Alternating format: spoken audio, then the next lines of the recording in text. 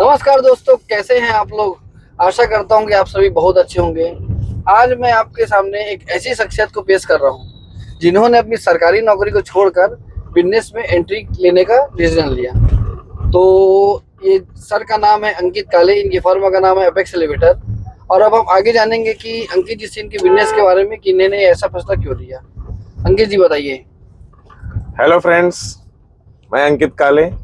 मेरा फर्म है apex elevator, जो कि मैं पिछले 4 साल से इसको रनिंग कर रहा हूँ।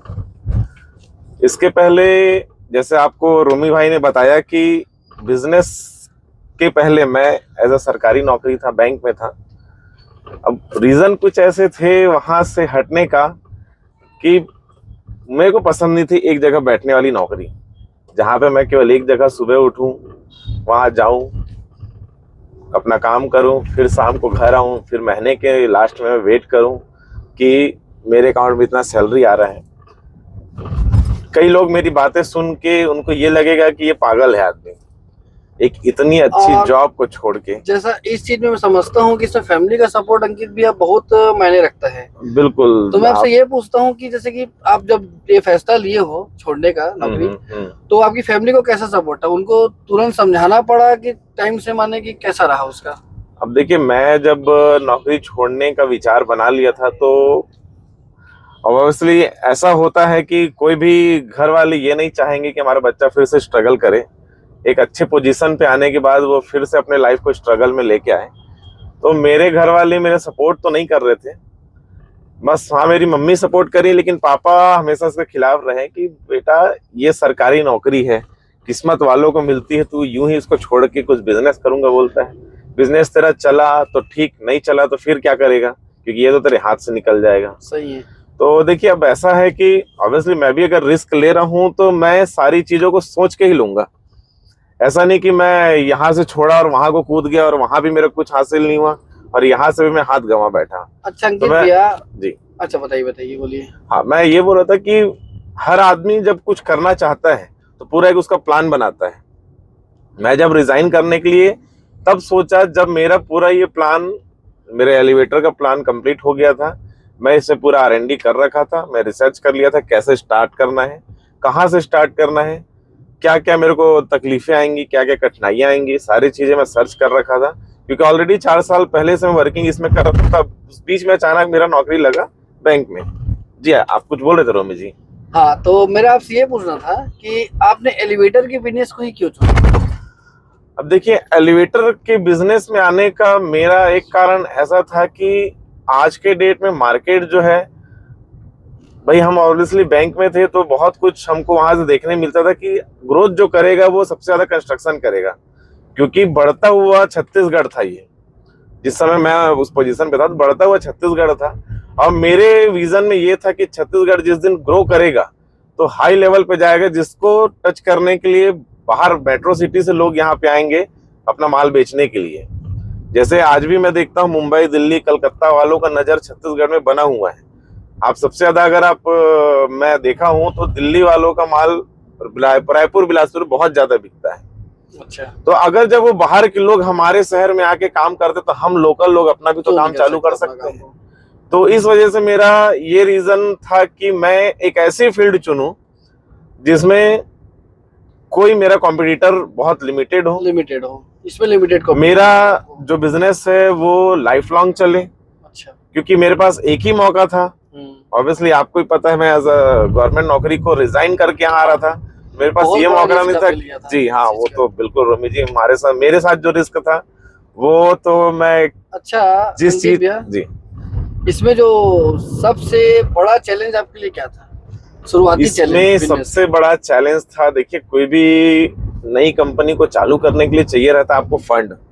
हाँ सही बात है। सबसे पहला चाहिए रहता है आपको फंड, फिर उसके बाद चाहिए रहता है आपको टीम, फिर वर्किंग आपको कैसे स्टार्ट करना है। तो वर्किंग स्टार्ट करने का तजुर्बा तो मेरे पास ऑलरेडी था, क्योंकि मैं मार्केटिंग फील्ड से पहले ही हूँ, क्योंकि बैंक में नौकरी लगने से पहले मार्केटिंग ही करता था। तो वहां से मेरे को नॉलेज था कि कैसे मार्केट लाना है, क्या मेरे को आगे बढ़ना है। इसमें बहुत कुछ सपोर्ट मेरे बिलासपुर के लोकल भाई लोग, जो हमारे जितने ब्रदर्स हैं, और ज़्यादा सपोर्ट मेरे को BNI से मिला। BNI में मैं एसोसिएटेड हूँ पिछले 3.5 सालों से। वहां से मेरे बिजनेस का जो यू टर्न था वो अलग ही ग्रोथ पे गया। मैं कभी डाउनफॉल नहीं गया, मैं अप ही गया हूँ। क्योंकि उसके लिए देखिए, हर बिजनेस को खड़े करने के लिए आपको पता रोमी जी मेहनत करना पड़ता है। सही है। आप जितना मार्केट में विजिबल रहोगे, आप उतना आपका माल बिकेगा। आप एक्टिव रहोगे तभी आपको लोग पहचानेंगे, क्योंकि हमारा काम है केवल ट्रस्ट। हाँ, तो अंकित भैया, आपको ये पहला क्लाइंट आपको कहाँ से मिला? देखिए, मेरी कंपनी का सबसे पहला क्लाइंट था सूरजपुर, जो कि बिलासपुर से 200 किलोमीटर की दूरी पे आता है। अरे वाह, मतलब आप बिलासपुर में रह के आपने पहला जो क्लाइंट खोजा वो सूरजपुर में खोजा? जी, एक्चुअल में क्या कैसे है, पॉसिबल हुआ आपको? ये पॉसिबल ऐसा हुआ कि मेरा जो बचपना है वो अंबिकापुर में बीता है। अरे वाह, वेरी नाइस। मतलब मैं बोला जाए तो बचपन से लेके 8th क्लास तक मैं अंबिकापुर में रहा हूँ। तो ऐसे कुछ फ्रेंड सर्कल मेरे बने हुए थे वहाँ, जिनके थ्रू मुझे वहाँ एक बहुत अच्छा सा ऑर्डर मिल गया।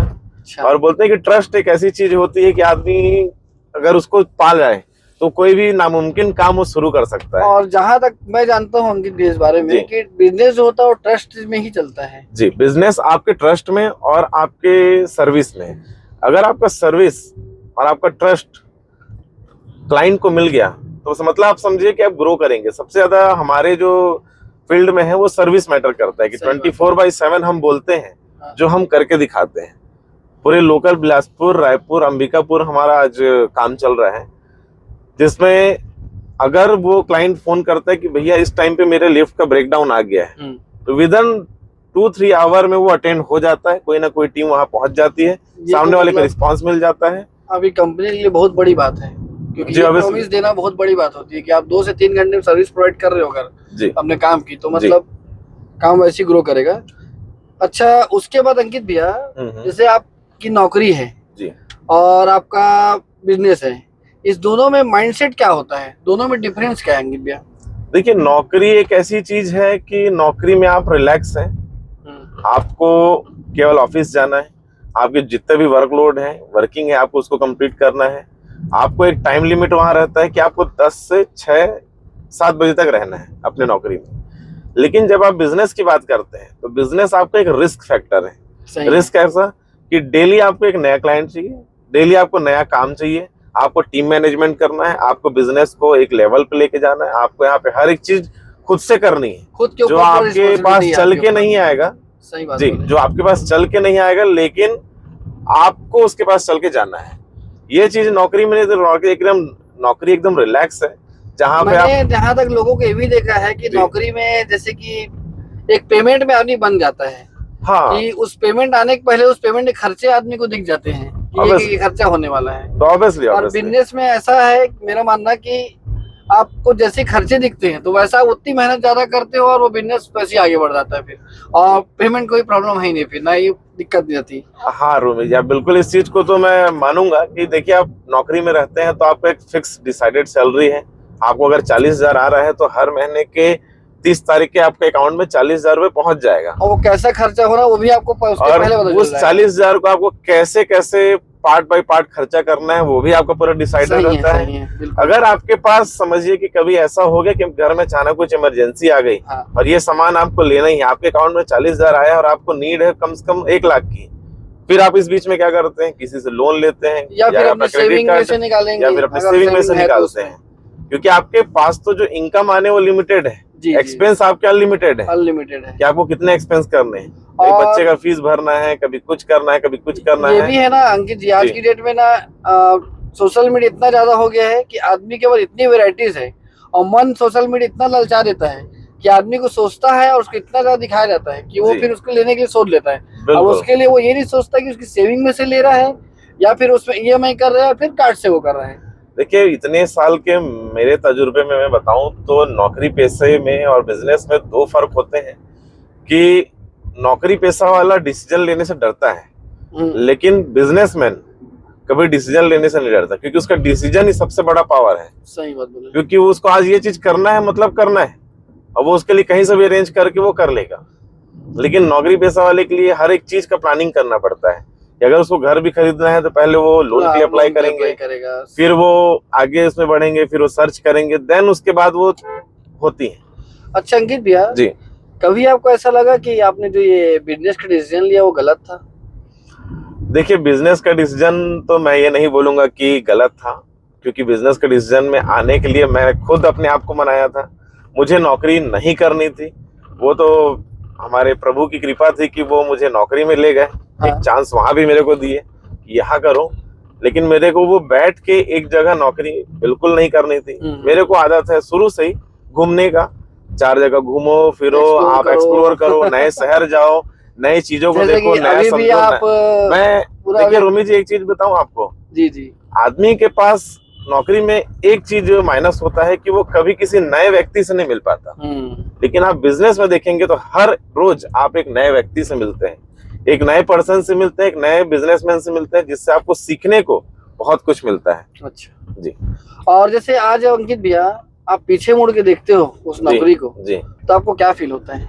पीछे मुड़ के मैं देखता हूं तो ऐसा लगता है कि जो मैं नौकरी में रह के 10 साल बाद ग्रोथ करता, आज वो मैं 4 साल में ग्रोथ कर दिया हूँ। मैं नौकरी जब स्टार्ट किया था, नौकरी जब छोड़ा था, बिजनेस स्टार्ट किया था, तो समझिए कि मैं, मेरे हाथ में उस समय 4-5 लाख ही थे। मेरी कंपनी देखा जाए तो 2 करोड़ के टर्नओवर में बैठी है। ये पिछले एनालिसिस में बताऊं तो 3-4 सालों का है। स्टार्टिंग मैंने फर्स्ट ईयर में 30 से 40 लाख का बिजनेस किया था। उसके बाद धीरे धीरे मेरा ग्रोथ बढ़ते बढ़ते आज यहाँ तक पहुंचा हूँ। आज के डेट में हम 100+ लिफ्ट लगा चुके हैं। सर्विस आप देखें तो 0 ब्रेकडाउन में चल रहे हैं। शहर के बड़े से लेके घर तक हम हर कॉम्प्लेक्स, हर घर, हर एक लोगों तक पहुंच रहे हैं। जैसे आप बिलासपुर में अगर हैं, बिलासपुर के अगर आप देख रहे हैं तो आप 36 मॉल जाइए, जूडियो, वहां पे एपेक्स एलिवेटर का लिफ्ट लगा, आप उसको देख सकते हैं। आप जाइए उमंग हॉस्पिटल, वहां पे हमारा लिफ्ट लगा हुआ है। आप जाइए मल्टी लेवल पार्किंग गोल बाजार, जो भी बिलासपुर के हैं वो बहुत अच्छे से जानते हैं, मल्टी लेवल पार्किंग गोल बाजार, वहां हमारा शानदार 10 पैसेंजर लिफ्ट लगा हुआ है। तो ऐसे बहुत सारे अपॉर्चुनिटी मेरे को मिले और मैंने उसको एक्सेप्ट किया, जो मेरे को बढ़ाने में बहुत ही योगदान थे। तो बिजनेस देखिए एक अपनी जगह है, नौकरी अपनी जगह है, चॉइस आपकी है, आप क्या करना चाहते हैं। बस मैं एक चीज मानता हूं कि आपको अपने दिल की सुननी चाहिए, जो आपका दिल बोलता है वो करना चाहिए। अच्छा, कभी किसी के। अच्छा अंकित भैया जी। इसमें जो लोग जॉब छोड़कर बिजनेस लाइन में आना चाहते हैं उसके लिए आप क्या एडवाइस करोगे? देखिए मेरा पहला एडवाइस ये रहेगा कि आप जो भी बिजनेस करना चाहते हैं, पहले आप उसके बारे में पूरा रिसर्च कर लीजिए, आप मार्केट पता कर लीजिए। आप जॉब में रहते हुए पहले उसको समझिए कि आपके लायक वो ठीक है कि नहीं, मार्केट में आपको उसका ग्रोथ मिलेगा कि नहीं। क्योंकि जॉब से बिजनेस में आना बहुत बड़ा चेंजिंग मोड है, आपके लाइफ को पूरा चेंज करता है। वो आपके घर वालों को मतलब ये बताता है कि आप एक नौकरी, एक अच्छे जगह पर रह के आप बिजनेस में जा रहे हैं, जहां पे आपको खुद स्ट्रगल करना है, हर एक चीजों के लिए आपको खुद बाहर निकलना है। और ये आपके सेफ मोड को थोड़ा सा चैलेंज मोड में लेके आता है, जिसको आप एक्सेप्ट करते हैं तो बहुत मजा भी आता है। और मैंने अंकित भी एक चीज देखा है कि अगर एक परिवार का एक लड़का है, उसने अगर उसका कॉमन फैमिली है, स्टार्टिंग उसके लड़के की बिजनेस से हुई है, अगर वो बिजनेस सक्सेसफुल हो गया तो उसकी पूरी पीढ़ी सुधर जाती है। जी, बिजनेस अगर वो ऑलरेडी बच्चा बिजनेस फैमिली से है तो उसको ज्यादा सिखाने की कुछ जरूरत नहीं पड़ती, क्योंकि उसके खून में ही बिजनेस है। हाँ सही चीज है। वो ऐसा है कि बिजनेस उनको पहले से ही आता है, बस उनको ढांचा देना पड़ता है, एक सही मार्ग उनको बताना पड़ता है, जो कि उनके सबसे अच्छे फादर या मम्मी पापा जो भी उनको अगर उसमें गाइड करते हैं तो बहुत अच्छे से ग्रोथ कर सकते हैं। हाँ, जो बिजनेस फैमिली से नहीं है, जैसे मेरे यहाँ मैं बताऊं तो मेरे घर में बिजनेसमैन लौता मैं हूँ। मेरे बड़े भाई, मेरे मम्मी, मेरे पापा, मेरी वाइफ, ये सब नौकरी में है। मेरी वाइफ गवर्नमेंट जॉब में है, लेकिन मैं एक ऐसा हूँ अपने घर में कि जो बिजनेस चुना और फर्स्ट एंड लास्ट में मेरे ख्याल से मेरे घर में, और सक्सेसफुल बिजनेस कर रहा हूँ आज के डेट में। अच्छा आप ये बताइए कि आप अपनी जो आपकी प्यारी सी बेटी है जी, उसको भी आप बिजनेस में डालना चाहेंगे या फिर नौकरी के लिए उसको प्रेरित करेंगे? देखिए मैं आपको इस चीज में पहले भी बता चुका हूँ, चॉइस इज योर्स। आपका दिल, आपका नेचर, आपका पढ़ाई आपको कहाँ लेके जाता है ये आप खुद तय करिए। मैं कभी किसी को प्रेशराइज नहीं करता। जी, मैं अपनी बेटी को भी कोई प्रेशराइज नहीं करूंगा कि आपको ये सब्जेक्ट लेना है, आपको ये सब्जेक्ट करना है, आपको नौकरी करना है। आपको बिजनेस करना है, वो उसका डिसीजन है जो अच्छा लगे कि वो उस करो, पोजीशन पर है कि उसको क्या अच्छा लगता है। उसमें वो उसको टॉप नौकरी बने। अच्छा लगता है कि उसको बिजनेस अच्छा लगता है, या उसको डांसिंग, देखिए बहुत सारे चीज है, डांसिंग है, सिंगिंग है, और भी बहुत सारी चीजें, तो उसको जो अच्छा लगे वो उसमें जा सकती है। क्योंकि मैं अपना डिसीजन तो स्वयं लिया था, तो मैं नहीं चाहूंगा मेरे बच्चे अपना डिसीजन मेरे मुताबिक लें। ठीक है अंकित जी, से आपसे मिल के बहुत अच्छा लगा। जी बिल्कुल। आपने अपनी लाइफ के बारे में बहुत ही चीजें अच्छी बताई कि जो हमारी पब्लिक के लिए काम आएगी। और ज्यादातर जो लोग नौकरी छोड़कर बिजनेस लाइन में आना चाहते हैं उनके लिए तो ये बहुत ज्यादा वर्क करेगा। और ऐसे ही दोस्तों हम बिलासपुर के बहुत ही चुनिंदा बिजनेसमैन को आपके सामने लेके आएंगे जो अपने लाइफ जर्नी बताएंगे, जीरो से लेके हीरो तक बनने का। तो ऐसे आपको वीडियोस अच्छे लगे तो आप हमें सब्सक्राइब करिए और लाइक करिए। Thank you.